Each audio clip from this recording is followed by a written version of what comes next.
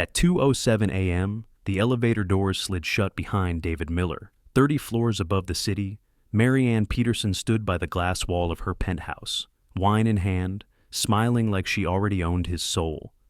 "You really thought you could trick me, David?" she said calmly. His heart hammered as the wire beneath his shirt recorded every word. "I just want the truth," he replied, forcing his voice steady. "About Sofia." The smile vanished. "You should have stayed loyal," Maryann whispered. "People who leave don't last long." Outside, in a dark surveillance van, Detective Linda Hayes froze, because for the first time, the billionaire predator had stopped pretending. And David realized this meeting would end one of two ways: with a confession, or with his death. Before we dive into this story, take a quick second to hit subscribe and like so you don't miss what's coming next. And let me know in the comments, where are you watching from right now? All right, let's get into it. 6 months after Sofia's disappearance, David Miller was unrecognizable. He'd lost weight, gained dark circles, and developed an intensity that made people step back. He'd quit Maryann's company, moved to a cheaper apartment with money borrowed from his parents, and dedicated every waking hour to finding answers. His apartment walls looked like a crime thriller. Photos, maps, timelines, connections drawn in red string. Sofia's case file, copied obsessively. Surveillance photos. Financial records obtained through questionably legal means. The private investigator he'd hired, Linda Hayes, a former detective who specialized in cold cases, initially thought he was wasting his money. 6 months later, she'd changed her tune. "Your instincts were right," Linda said, spreading documents across his coffee table. "Something about this case stinks." They'd been meeting twice weekly, piecing together evidence too circumstantial for police, but too consistent to be coincidence. Linda pointed to a financial record. Maryann Peterson made a large cash withdrawal 3 days before Sofia disappeared. $50,000. She claimed it was for a renovation project, but none of her properties show any work during that period. David's pulse quickened. "It's not proof." "No, but it's a pattern. Look at this." She pulled up another file. "You remember Tyler Brooks?" "Yeah, we lost touch after he left the program. 6 years ago, Tyler was dating a woman named Rachel Kim, aspiring actress, serious relationship. Rachel disappeared during a camping trip, never found. Tyler was devastated, eventually stopped looking. And 6 months after Rachel vanished, guess who came back to Maryann's company as her most loyal employee? David felt sick. Tyler? Grief makes people vulnerable. Maryann swooped in, offered support. Tyler's been working for her ever since. Completely devoted. Never talks about Rachel. I tried to interview him. He hung up. Jesus, how many others? That's where it gets interesting. I started digging into Maryann's former mentees, going back 15 years. Found a pattern. Young men, ages 19 to 29. Most stay 6 months to 2 years. Many date women around their age. In several cases, 7 that I've confirmed, the girlfriends disappeared under mysterious circumstances. Accidents, vanishings, unsolved cases. 7 women? At minimum, could be more. And here's the kicker. After each disappearance, the boyfriend either came back to work for Maryann, more devoted than ever, or left the city entirely, traumatized and silent. David stared at photographs of missing women. Young faces, bright smiles. Sofia could have been any of them. We need to find the men, get them to talk. I've tried. Most won't return calls. The ones who do deny everything, defend Maryann. Then we need proof, evidence connecting her directly to Sofia's disappearance. Which is where we hit a wall. Maryann's too smart to leave obvious trails. David stood, paced. Marcus Reeves. Linda looked up sharply. "How do you know that name?" "I saw it in Maryann's phone once. Text message notification while we were having dinner. She grabbed the phone quickly, but I caught the name. Marcus Reeves." Linda was already typing. Her expression darkened. Marcus Reeves, former military, current freelance security consultant, which is code for fixer. This guy makes problems disappear for wealthy clients. Nothing ever sticks. He's a ghost. Can we connect him to Maryann? Not easily. If she hired him, it would be cash. No contract, no paper trail. But Linda pulled up more records. There was a business rival of Maryann's 5 years ago, Richard Torres. He backed off suddenly after an incident. His car was run off the road, ended up hospitalized, sold his properties to Maryann at a loss. Police ruled it a random accident, but the timing was convenient. And you think Marcus Reeves was involved? I think Maryann has a pattern of eliminating obstacles, business rivals, girlfriends, anyone who threatens her control. And I think she uses professionals to keep her hands clean. David felt something click. We need to prove the connection, financial connection, communication records, anything. That's going to be nearly impossible. People like them don't communicate in traceable ways. Then we make them communicate. We create a situation where she needs Marcus Reeves again, and we're watching when she reaches out. Linda studied him. That's dangerous. You're talking about setting yourself up as bait. I've been bait for months. Maryann keeps calling, showing up, offering support. Maybe I let her think she's won. If you go back into her orbit, you're putting yourself at risk. She already went as far as murder. What's left to risk? His voice broke. Sofia's gone because of me. I owe it to her to find proof. Linda was quiet for a long moment. All right, but we do this carefully. Surveillance, recording devices, backup plans, and the second you feel genuinely threatened, you pull out. Understood. They spent the next weeks planning. David would re-engage with Maryann, suggest he was ready to move forward, imply openness to returning. They'd wire him for sound, set up surveillance, monitor her movements. Meanwhile, Linda would continue digging into Marcus Reeves. The first call to Maryann was the hardest David had ever made. Ms. Peterson, it's David Miller. A pause, then her carefully controlled voice. David, it's been a while. I know, I'm sorry. I needed time to process everything. Of course, grief is difficult. How are you holding up? Not great, honestly. I've been thinking about what you said, about Sofia being a distraction, about focusing on my future. I think maybe you were right. Another pause. He could almost hear her calculating. These realizations take time, David. I was wondering if we could meet, talk about possibilities. I could use guidance right now. I'd be happy to meet. Dinner tomorrow, my penthouse, 7 o'clock. I'll be there. He hung up and immediately felt like he needed a shower. Playing into her manipulation felt like betraying Sofia's memory. But Linda squeezed his shoulder. You're doing this for her. Remember that. Tomorrow would be the first test. If Maryann believed his submission was genuine, she'd gradually reveal more.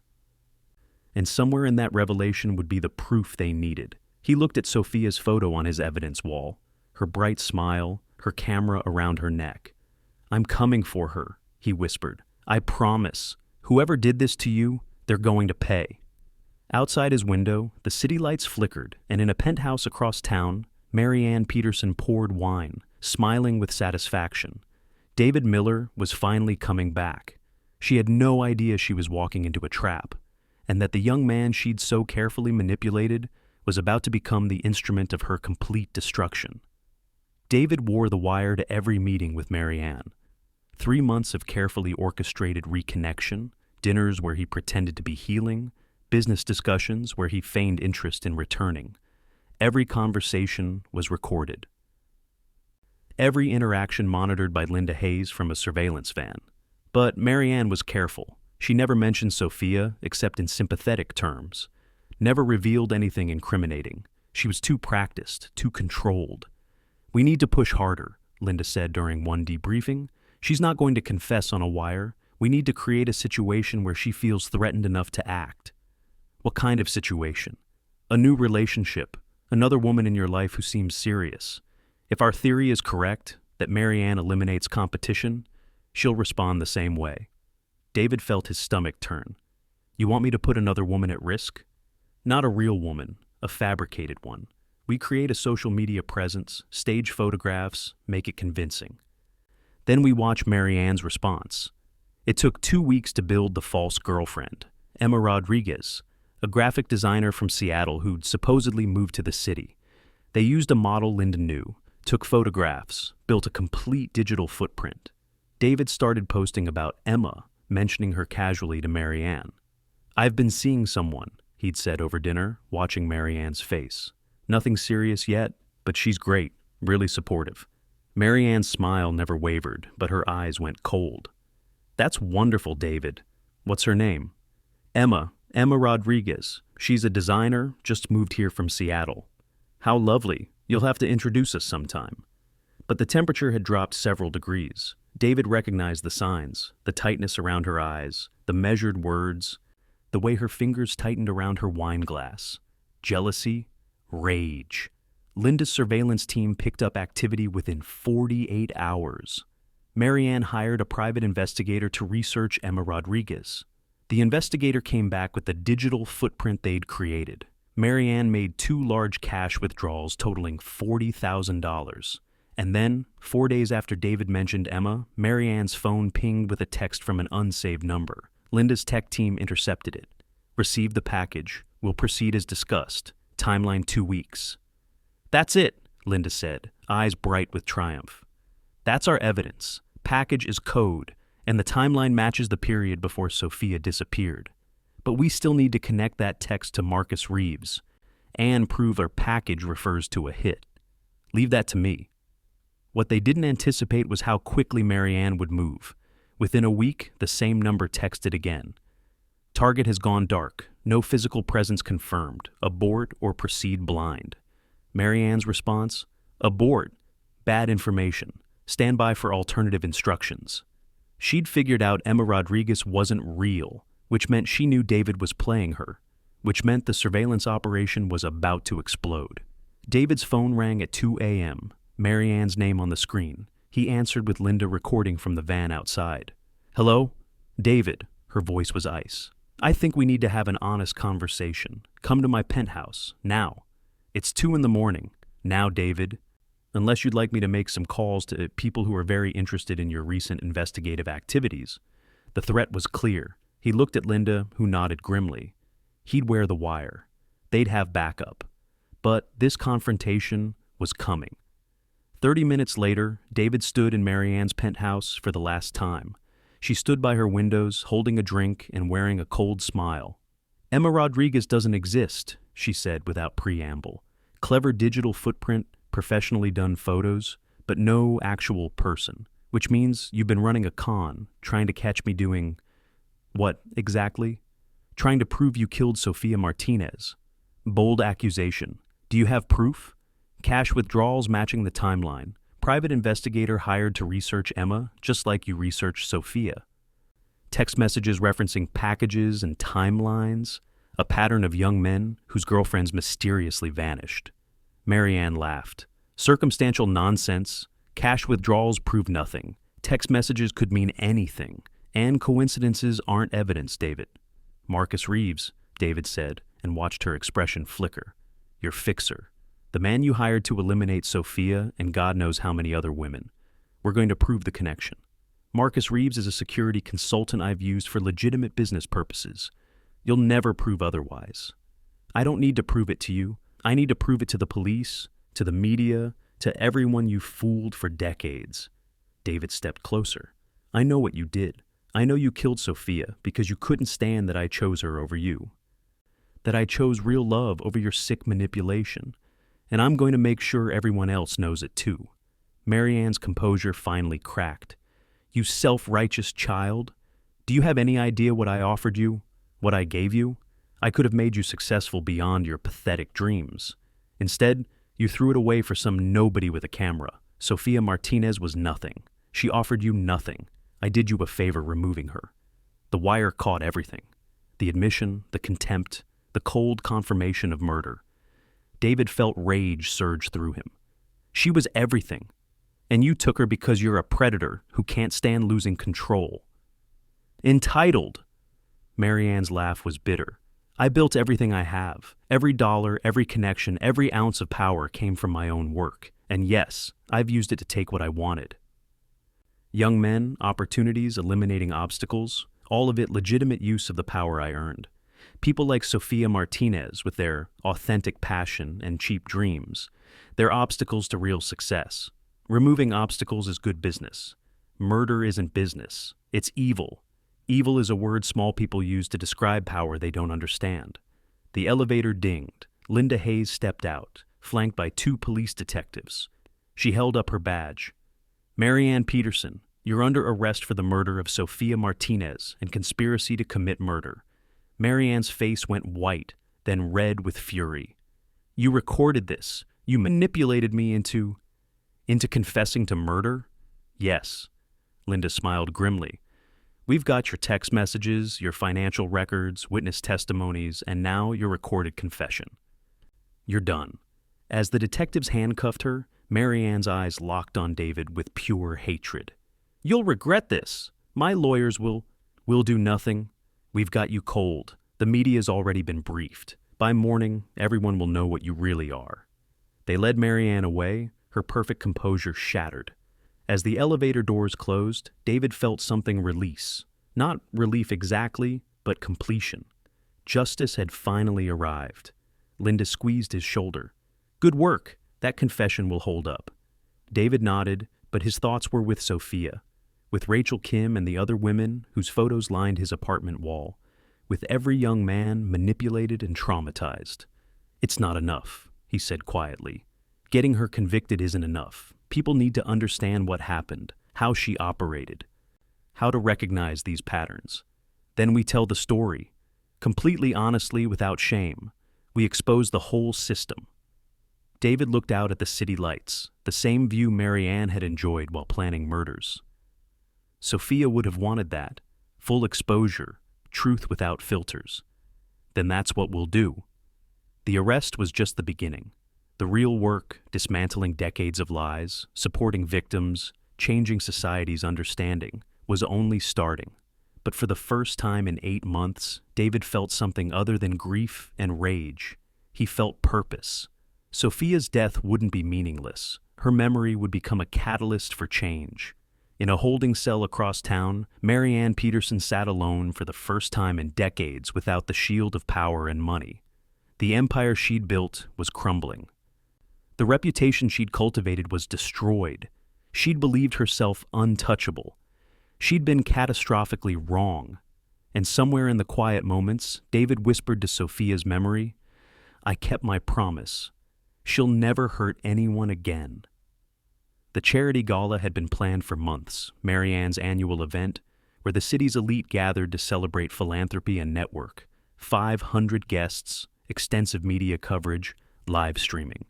It was supposed to be Maryann's triumph after the unfortunate misunderstanding of her arrest. Her lawyers had secured bail within 72 hours.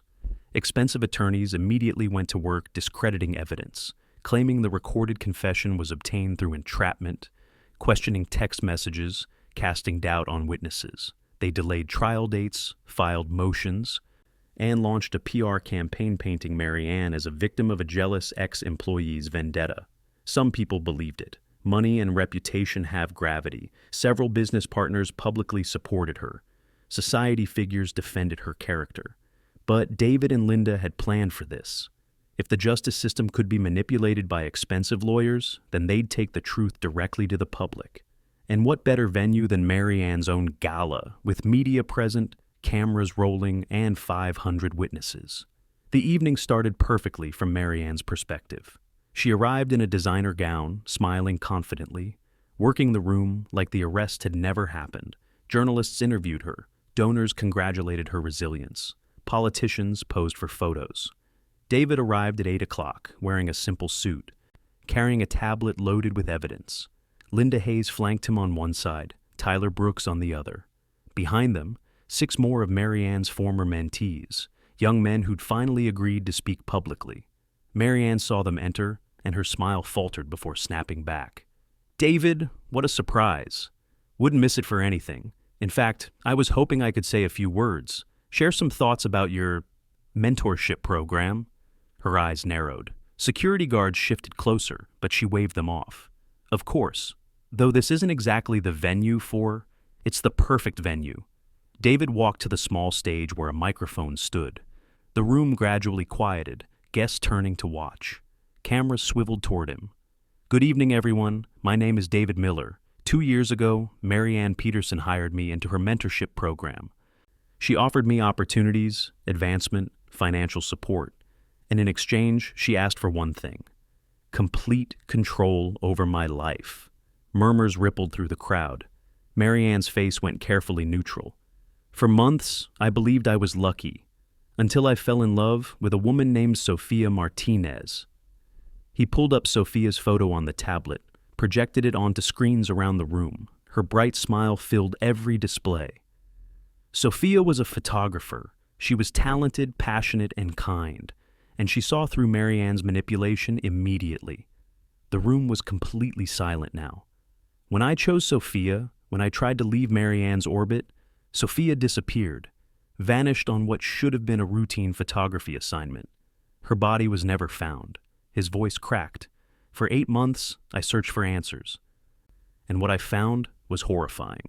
He pulled up the next image, a grid of photographs, 7 young women, including Sofia. These women all had one thing in common. They were dating young men in Maryann Peterson's mentorship program, and they all disappeared under mysterious circumstances, all conveniently removing obstacles to Maryann's control. The crowd erupted in shocked whispers. Maryann stepped forward. "This is slander. Security. Remove this man." "It's not slander when it's true." Tyler Brooks stepped onto the stage. "My name is Tyler Brooks. 8 years ago, my girlfriend Rachel Kim disappeared while I was working for Maryann. I was devastated, and Maryann swooped in with comfort, support, opportunities, but only if I stayed loyal, stayed quiet. I've been afraid to speak for 8 years. Not anymore." One by one, the other young men took the stage. James Anderson spoke about psychological manipulation and control. Ryan Foster described financial coercion and threats. Each testimony painted the same picture. A predator using wealth and power to groom, control, and exploit young men, eliminating anyone who threatened that control. "We have evidence," David continued, pulling up financial records, text messages, timelines. Cash withdrawals matching dates before disappearances. Communications with Marcus Reeves, a known fixer. A recorded confession where Maryann Peterson admitted to removing obstacles, her words for murder. The live stream was exploding with comments. Journalists were frantically taking notes. Several guests were leaving. Others pulled out phones, researching the names David mentioned. Maryann's composure finally shattered.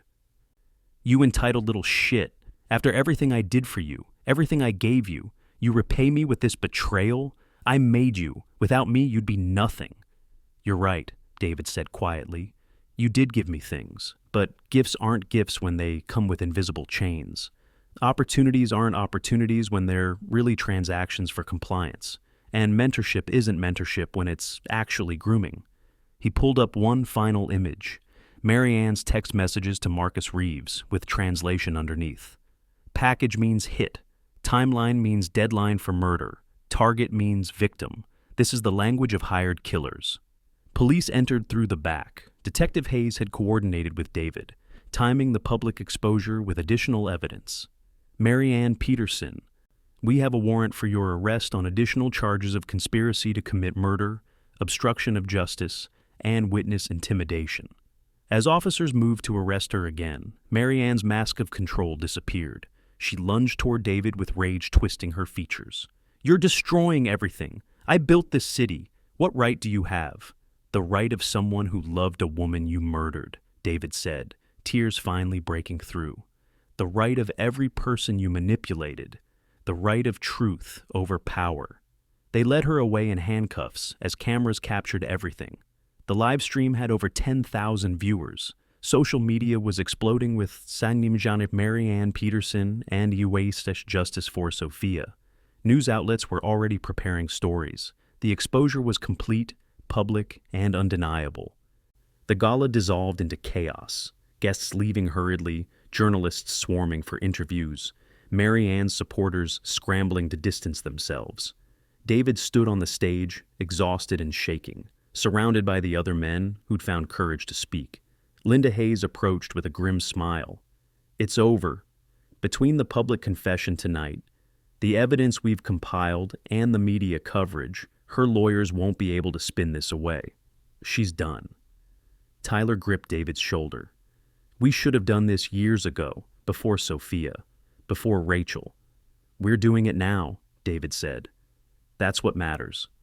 In the following days, the story consumed national headlines. More victims came forward, business partners who'd been threatened into silence, employees who'd witnessed questionable activities. The trial became inevitable. Maryann's expensive lawyers fought hard, but public opinion was so overwhelmingly against her that no jury would sympathize. The evidence was too extensive, too public.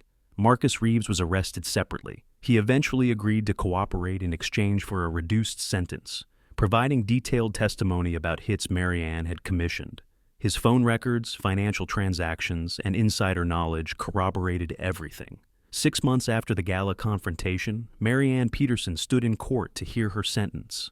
Guilty on 7 counts of conspiracy to commit murder, guilty of obstruction of justice, guilty of witness tampering. The judge's words were scathing. You used wealth and influence to prey on vulnerable young people, and when your control was threatened, you chose murder. This court finds your actions reprehensible and your lack of remorse disturbing.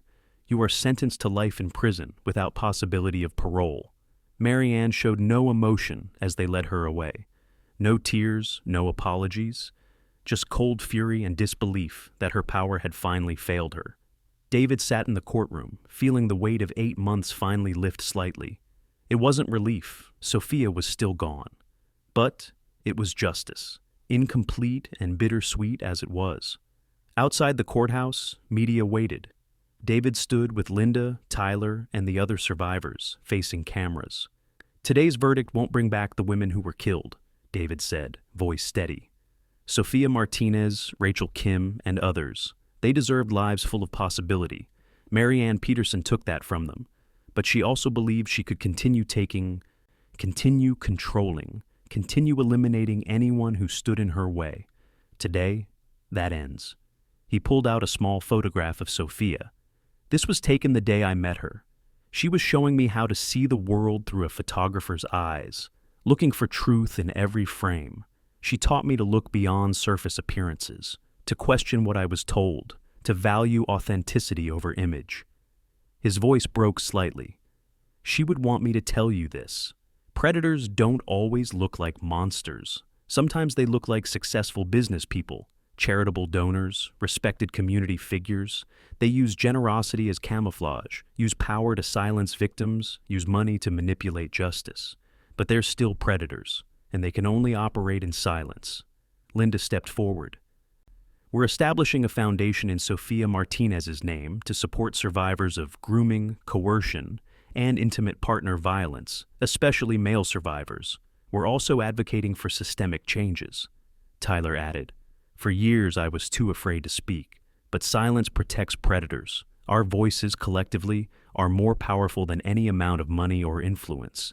If you've been exploited, speak. You'll be believed. The press conference continued, survivors sharing stories, advocates discussing reforms. The narrative Maryann had controlled for decades was being rewritten with truth, finally displacing lies. That night, David visited Sofia's memorial, a small plaque near the waterfront where they'd first watched sunrise together. Someone had left fresh flowers. I kept my promise, David whispered. She'll never hurt anyone again. And your story? It means something now. It's helping people. You'd like that. He sat there until dawn, thinking about Sofia's laugh, her passion, her genuine kindness, thinking about the life they could have built if a predator hadn't stolen that possibility, but also thinking about the lives that would be saved now, the young men who'd recognize warning signs earlier, the women who wouldn't disappear because patterns were being noticed.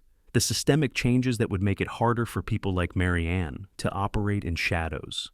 Sofia's death had been senseless, cruel, and preventable, but her memory was becoming something powerful, a catalyst for change, a symbol of why silence is complicity, a reminder that justice sometimes takes courage but is always worth pursuing. As sunrise painted the sky, David Miller stood and walked toward his future, forever changed by grief. Yes, forever marked by trauma, certainly, but also forever determined to ensure that the woman he loved and all the others lost to Maryann Peterson's cruelty would be remembered not just as victims, but as the reason everything finally changed. The monster in designer clothes was caged. The predator who believed power made her untouchable was finally held accountable. It wasn't the ending David wanted. That would require Sofia's impossible return. but it was the ending she'd earned through her existence, her love, and her tragic death. A world slightly more aware, slightly more just, slightly less willing to let predators hide behind wealth. The city lights continued their eternal flicker. But now, when David saw them, he didn't see Maryann's empire. He saw possibility. He saw change. He saw a future where Sofia's story mattered, and that, incomplete as it was something. The trial verdict sent shockwaves through the city's elite circles. Within days of Maryann Peterson's conviction, her business empire began collapsing. Board members resigned, investors pulled funding. Properties were seized for victim compensation. The Peterson name, once synonymous with success, became shorthand for predatory manipulation. David watched the dismantling from a distance, focusing instead on building something positive. The Sofia Martinez Foundation launched 3 months after the trial, funded initially by donations from people moved by Sofia's story and by settlements from Maryann's liquidated assets. The foundation's mission was threefold: supporting male survivors of female predators, advocating for better investigation of suspicious disappearances involving powerful suspects, and providing resources for young professionals to recognize and escape exploitative mentorship relationships. Tyler Brooks became the foundation's director. James Anderson headed survivor support services. Ryan Foster managed advocacy and policy work. The men who'd suffered under Maryann's control channeled their trauma into preventing others from experiencing the same. "We get calls daily," Tyler told David during a foundation meeting 6 months post-trial. Young men who recognize patterns from their own situations. Parents concerned about mentors who seem too generous. Even law enforcement asking for training on identifying coercive control in professional settings. The Foundation's hotline received over 2,000 calls in its first 6 months. Counselors provided support. Legal advisors helped people extract themselves from exploitative situations, and advocates worked with law enforcement when patterns suggested potential danger. 3 more of Maryann's former victims were identified through Foundation outreach. Young men who'd never reported their experiences, but came forward after seeing the trial coverage. Their testimonies revealed additional details about Maryann's system, helping researchers understand how such predation operated and persisted undetected. Media coverage sustained momentum. Investigative journalists published deep dives into how Maryann had evaded consequences for decades. Documentaries explored the psychology of female predators and society's blind spots about gender and abuse. Podcasts interviewed survivors, detectives, and psychologists about recognizing warning signs. The conversation expanded beyond Maryann specifically to address broader issues: how wealth creates untouchability, how philanthropy can be weaponized for image management, how male victims face unique barriers to being believed, and how society's discomfort with certain narratives allows predators to operate in plain sight. David appeared on panels, gave interviews, and spoke at universities about his experience. Each time, he carried Sofia's photograph, ensuring she remained central to the story. Not just a victim, but a person with dreams, talent, and a future stolen by someone who believed power made her above consequences. "People ask me about forgiveness," David said during one university appearance. "They ask if I've forgiven Maryann Peterson, and I tell them that's not my forgiveness to give. Sofia can't forgive her. Rachel Kim can't forgive her. The other women murdered at Maryann's direction can't forgive her. What I can do is ensure their deaths weren't meaningless. That's not forgiveness. That's obligation." The legal ramifications extended beyond Maryann herself. Marcus Reeves received a 30-year sentence for his role in multiple murders. Several of Maryann's business associates faced charges for obstruction and conspiracy after evidence revealed they'd known about suspicious circumstances but stayed silent to protect business relationships. The city implemented new protocols for investigating disappearances, especially when powerful individuals might be involved. Whistleblower protections strengthened. Professional organizations developed guidelines for identifying predatory mentorship dynamics. But the most profound changes happened in individual conversations. Young people questioning relationships that felt imbalanced, colleagues supporting each other and setting boundaries, families discussing warning signs. Society slowly becoming less willing to overlook troubling patterns just because someone is wealthy or charitable. 18 months after Maryann's conviction, David received a message through the foundation. A young woman named Michelle Carter wanted to meet him. She'd been dating one of Maryann's former mentees before the trial, and her boyfriend had subsequently ended the relationship abruptly, claiming he needed to focus on recovery. They met at a coffee shop. Michelle was nervous but determined. "I loved him," she said simply. "I still do. But after everything came out about Miss Peterson, he just shut down. Said he couldn't be in a relationship until he processed his trauma." David nodded, understanding immediately. "How long was he in her program?" 3 years, from age 22 to 25. He aged out right before the trial. I met him 6 months before everything became public." Michelle twisted her coffee cup. "He won't talk about what happened, won't go to therapy, just works obsessively and avoids anything that might require emotional vulnerability. That's common. A lot of survivors are still processing. Some will take years to trust again, to believe relationships can be healthy and mutual. I know.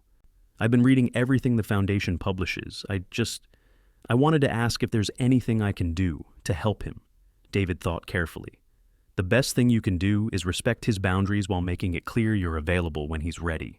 Don't push, don't try to fix him. Just be consistently, genuinely present without demands or expectations. And take care of yourself. Loving someone with trauma means managing your own needs too." Michelle nodded, tears gathering. "Do you think he'll ever be okay? Ever be able to love someone normally?"